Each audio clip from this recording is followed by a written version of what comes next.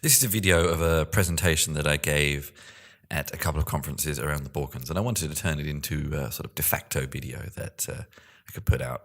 So I built this talk a lot on my experiences attending and writing about new technologies and developments in technologies. I guess a lot of people would say we're kind of at a boom time right now, with a lot of big changes and advancements on the horizon. So it's a good point to kind of look back and assess what we're doing and how we can improve.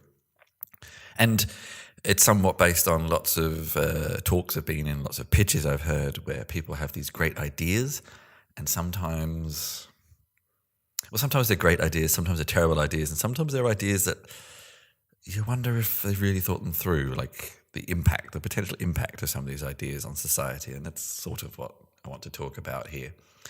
So, let's get started.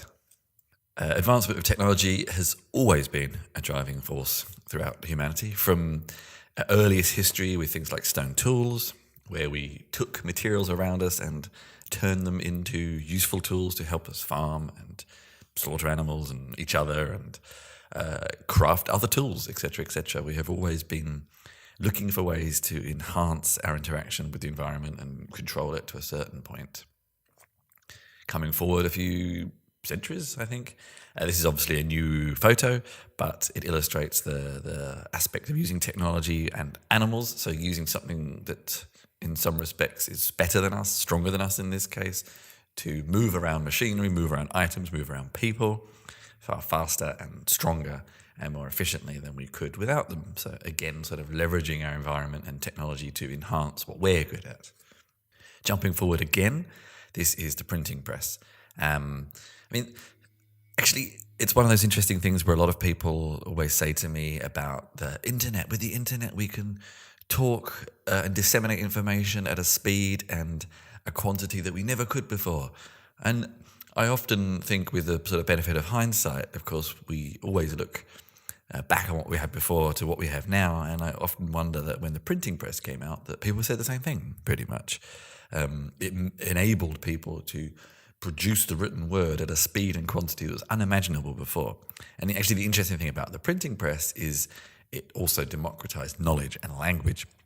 It made the common word of the person on the street accessible. So it was also educationally revolutionary as well. So all of these technologies helped humanity. They helped us make giant leaps. Maybe we didn't realize it at the time, and often they probably had a lot of short-term pain for a lot of long-term gain, and this is a recurring theme. But now, jumping forward several centuries, I'd say the past few decades have had an unprecedented speed of progress. I'm not naive enough to say that this has never happened before, but I guess the speed and the frequency that we are now constantly creating tools and developments. And I'd like to focus a little bit, as much as possible, on sort of artificial intelligence, machine learning, where this presentation will focus a little bit. I guess firstly because they're the technologies that are sort of rapidly developing now. They're not new, but they're rapidly developing now. But also because I would like to say that with a lot of other historical technological advances, we sort of still had an element of control. If it didn't work out, we didn't like it, we could stop it, we could adjust, we could move on. But with aspects of artificial intelligence, then maybe we start to lose that control. And this is sort of an interesting difference. But anyway, let's kind of jump through a few of the major developments of the past few decades. The invention or the introduction of the smartphone. Obviously, the iPhone was not the first, but it was definitely the one that set it on the map and made them mainstream. And this has created a connectivity for communities that didn't have it before. It's empowered people who were unempowered before in communities to create business opportunities that they couldn't before. It's, more pragmatically speaking, for developers, it's enabled a whole new wave of independent developers who can release applications with very small resources. There's been a lot of positives. Social networks, a lot of similar positives. Again, connecting lots of isolated people. I mean, I was an isolated child. I was different, even though I lived in a big city, and they can be sometimes the most isolating places, really. And I can only imagine that if I'd had access to these networks then, knowing that there were people out there like me who I couldn't sometimes find or were hard to find, or limited numbers when I was at school. I can only imagine how that affects children now. And that's a big positive. It's connected families, it's connected people from your past you may or may not want to be in touch with, but still, it's enabled us to connect with each other in ways that we couldn't before. The automated car, okay, we're not fully here quite yet for a variety of reasons, but I guess I've sort of thrown in a one here that isn't fully formed yet, because again, this will create, when it's fully realized, this will create major schisms and changes in society. The amount of time people spend in a vehicle throughout history has been huge, and finally you're able to do other things. It's actually, if we think about it from that perspective, quite an amazing potential. And finally, underpinning a lot of these technologies is big data. Big data, learning from that data, analyzing that data. And I'm using this example here of Apple Health Kit because it's one that is very clear positive of big data. The ability for medical professionals to analyze sample data from people with various illnesses or not in the quantity and scale that was not possible before. Actually, traditionally, medical surveys were on a very small group of people. HealthKit has allowed researchers in the US, mostly unfortunately, to analyze user groups of tens of thousands almost instantly, which is quite amazing. But as engineers, we sometimes have a tendency to keep making things because we can, and we want to push the boundaries, we want to find out what's possible, we want to experiment, but not always because we actually need those technologies. There is a famous work of fiction called Frankenstein. Just in case you're not familiar with it, I'll quickly repeat the relevant, important points here. So Dr. Victor Frankenstein aims to prove his experiments in reanimating dead creatures, animals, etc., by going for the ultimate goal of bringing back a human corpse to life. And throughout the book, the monster turns on its creator, and Victor kind of regrets his creation and the power it has over him. And in the English language, at least, then the phrase Frankenstein's monster has actually come to mean kind of a creation that haunts you and you fundamentally regret. And this is not uncommon amongst engineers, actually. Quite often, the sort of naivety or the idealism of engineers is quite often ruined by other people and ruining our ideas.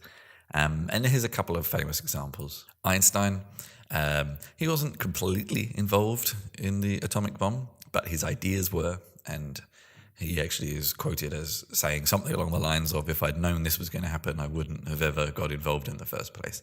Next, Mikhail Kalashnikov. Now, this is a strange one because he regrets the invention or the proliferation of the AK-47 into areas that were not where he expected. I mean, if you're going to design weapons, then it's hard to really think that they would ever be used in a fully positive way, if there is such a thing, but still, this is a famous example.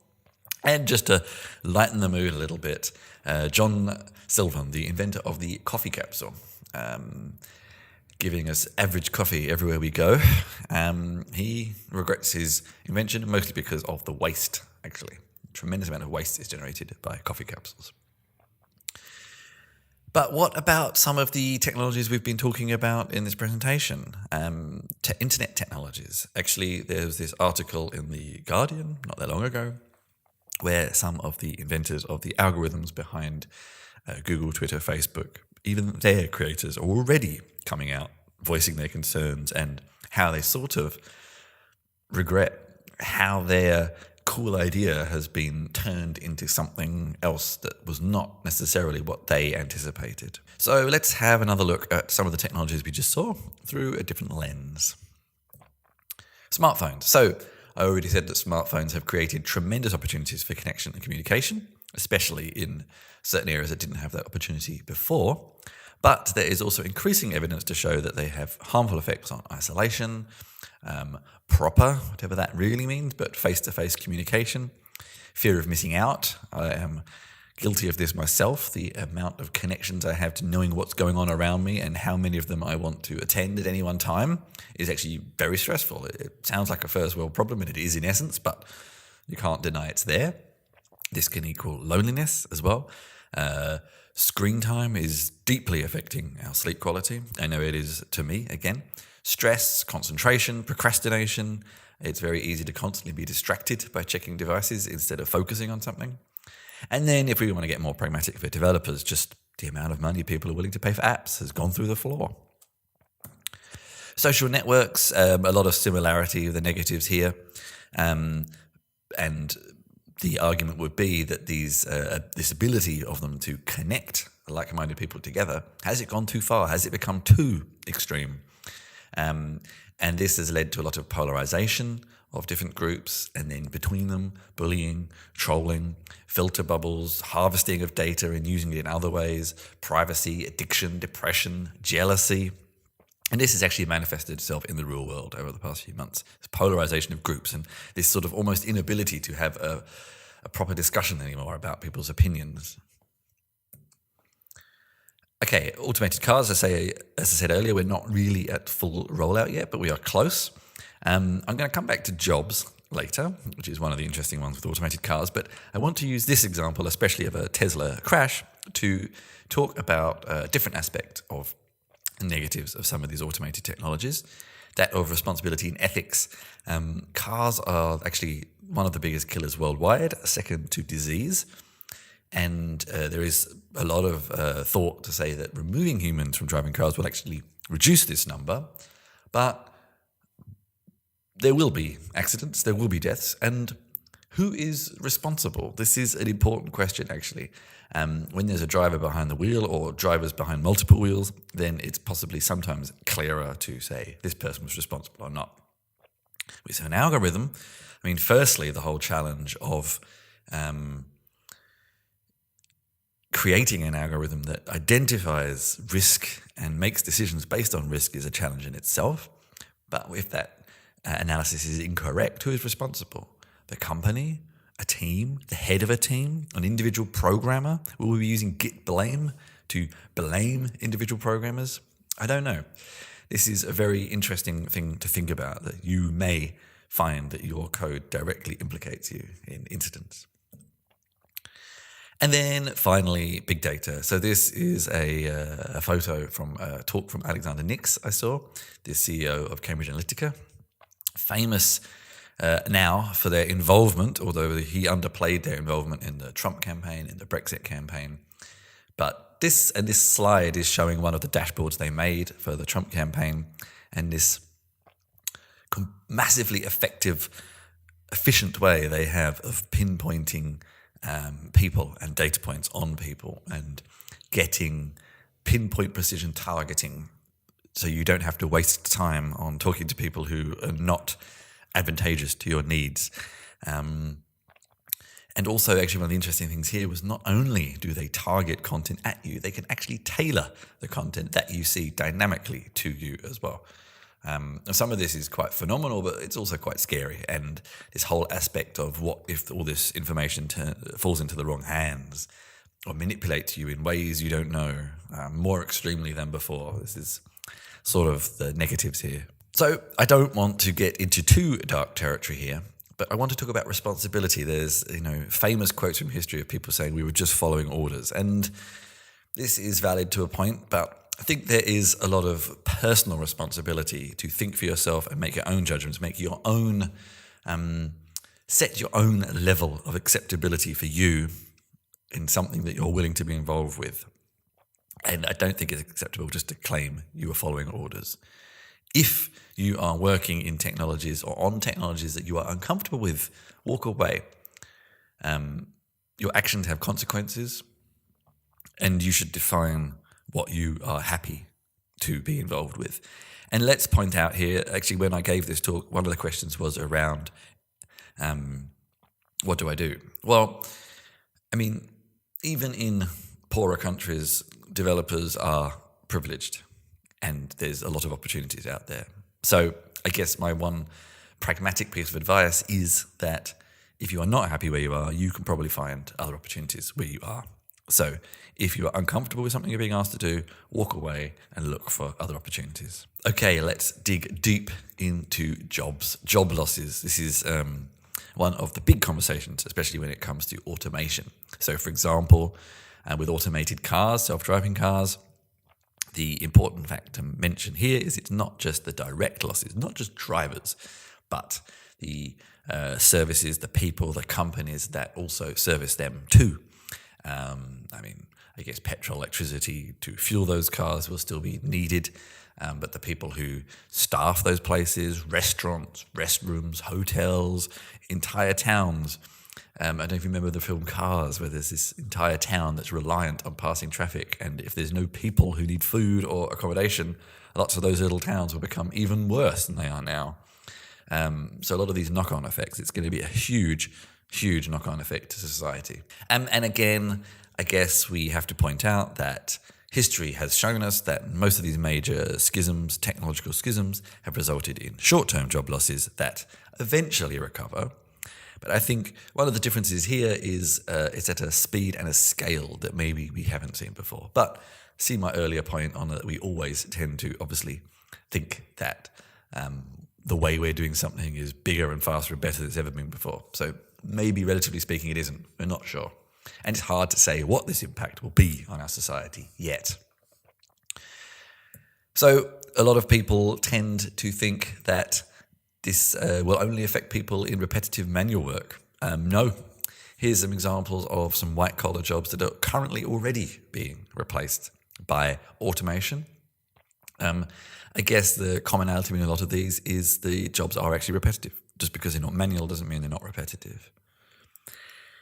And one of the comments has often been, well, people who think creatively will be safe. Well, some, yes. Let's have a quick look. This is from the Will Robots Take My Job website. Here's a couple I wanted to highlight. So programmers, it's okay-ish for you, 50-50 right now. Maybe you'll be okay, maybe you won't. Here's kind of more of what I do, technical writing. Not so great for me, although I think this sort of relates more to API documentation, which is largely automated already. And maybe the more creative side is okay. And actually, to reiterate that, here is more creative writing, pretty safe. Although I would challenge this. I think there's a lot of books already that could have been written by machines. And this is in 1984 too. So, I don't know, never be complacent. Just as a quick example, I don't know if you can read this, but I'll post a link. It's an example of an article written by an AI writer. It's not great, but it's not terrible either. And if you are interested in reading up a bit more on these topics, here's some links I recommend. Historical kind of reflections on technological unemployment, and I guess discussions around the various aspects of if this actually happens or not. So I guess in summary on this sort of jobs section, there are many who say that it will make us better humans. We'll have more time to work on big problems, big issues that we can't work on right now. And there is a lot of truth to this statement, if everything goes according to plan. But I worry about this. I worry that this is slightly idealistic. There's a theme of that in this presentation. Because I worry that will this potential be the same for everyone? I also worry that are we actually as creative as we like to think? A lot of human creativity on a broad scale is actually quite repetitive. Are we as creative as we think? Jobs give a lot of people a sense of purpose, and not everyone is as self-motivated as each other to then just switch to something new. And the other thing is when it comes to adapting to change, we're actually quite slow compared to robots especially. So will we be able to keep up with how we're being replaced is a question too. And then there's this whole concept of universal basic income. Will that fill a lot of the gaps left for people? And one of the interesting aspects of universal basic income, I mean, it's a big topic in itself, is it kind of has to be universal to work. If Germany does it and China doesn't, then people send work to China because it's cheaper.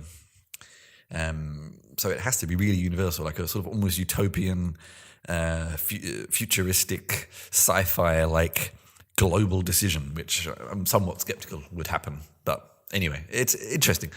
And I actually post another link on a very good discussion on UBI that I read recently. Let's change subject slightly let's look more into kind of responsibility and ethics than jobs. So this is a quote. I think you can quote me on it, I hope. I don't think it's from anybody else. Algorithms are unbiased, but we are. And this is perhaps a bigger issue. There's been a lot of discussion, of course, on the bias and dominance of particular demographics in technology. And this is justified.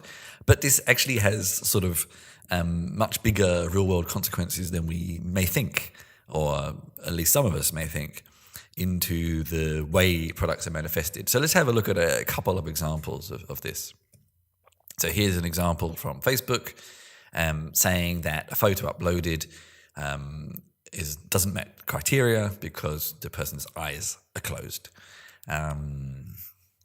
Yes, and there are terrible racist stereotypes about this sort of quote from our past, and the fact that obviously this was worked on by too many probably white men meant that no one thought of this. And this is one thing I want to say, that I'm not necessarily saying that white male programmers are inherently racist, sexist, etc. Some are, but more that they don't think about these things. They're unintended consequences, unintended biases, subconscious biases, and this is important. And here is another example from Google Photos marking someone from a particular background as gorillas. Not great either. Again, kind of an example of people just not thinking about the potentials of their unconscious biases. And another one in this area is there's actually a couple of these videos of people with black skin not being able to trigger sensors in soap dispensers, in taps. And I mean, I don't even know why you would make something that was triggered by skin color and not just presence. But again, it's an aspect of people not thinking. And one other slightly different here is, I think, probably one of the shortest lasting features ever. Google decided to highlight how many calories you could burn in a walk, but they represented it with cupcakes. And I mean, this was an interesting one because there's lots of fitness apps that do this for you, but you sort of opted in to those, I guess. But highlighting this amount of food you could or couldn't eat has the potential to trigger all sorts of issues with mental health and with eating disorders and things like that. And it's a little inappropriate just to shove it in people's faces without them opting into it. And this said, I think the interesting aspect with bias is, of course, everyone has bias. We all bring them to the table, whether we know or like it or not. But I guess if you have increased diversity in a workforce, then you have more biases. It's not to say that you get rid of them, but at least you consider more and get a more balanced selection of biases. Why is this important? Well, at the moment, a lot of these examples people have mostly laughed at. They're kind of dumb and stupid. I guess the positive at the moment is they're usually quickly rescinded and fixed and apologized for. The reason why it's important to solve these now is if systems become increasingly automated with these biases in them, will we be able to stop them? And here is an interesting article where we're now actually starting to see artificial intelligences creating other artificial intelligences. And if we have machines automating other machines with these biases, then how do we know where it's going to stop? How do we know even sometimes when these biases are happening? There's been examples already of this, of bots and things like that, creating their own languages, becoming offensive remarkably quickly because they have these inherent biases in them. And yeah, the algorithm doesn't know if it's offensive or not, so they carry on. And then it meets a human at some point and manifests these biases, and then that's kind of the problem. So I guess it's important to iron these out as much as possible now before it kind of is too late. I'm not Luddite or anti-technology, not at all. I actually love technology. I'm pro-change. I am pro-improving our lives through technology. So I'm not saying that you should stop creating, not at all. But when you do, I want you to ask two questions. Just because you can, should you? Just because you are smart and clever and can show off about how smart and clever you are, should you actually do that? And this applies from everything from these large controversial projects right down. Do we really need another distributed database or a JavaScript library?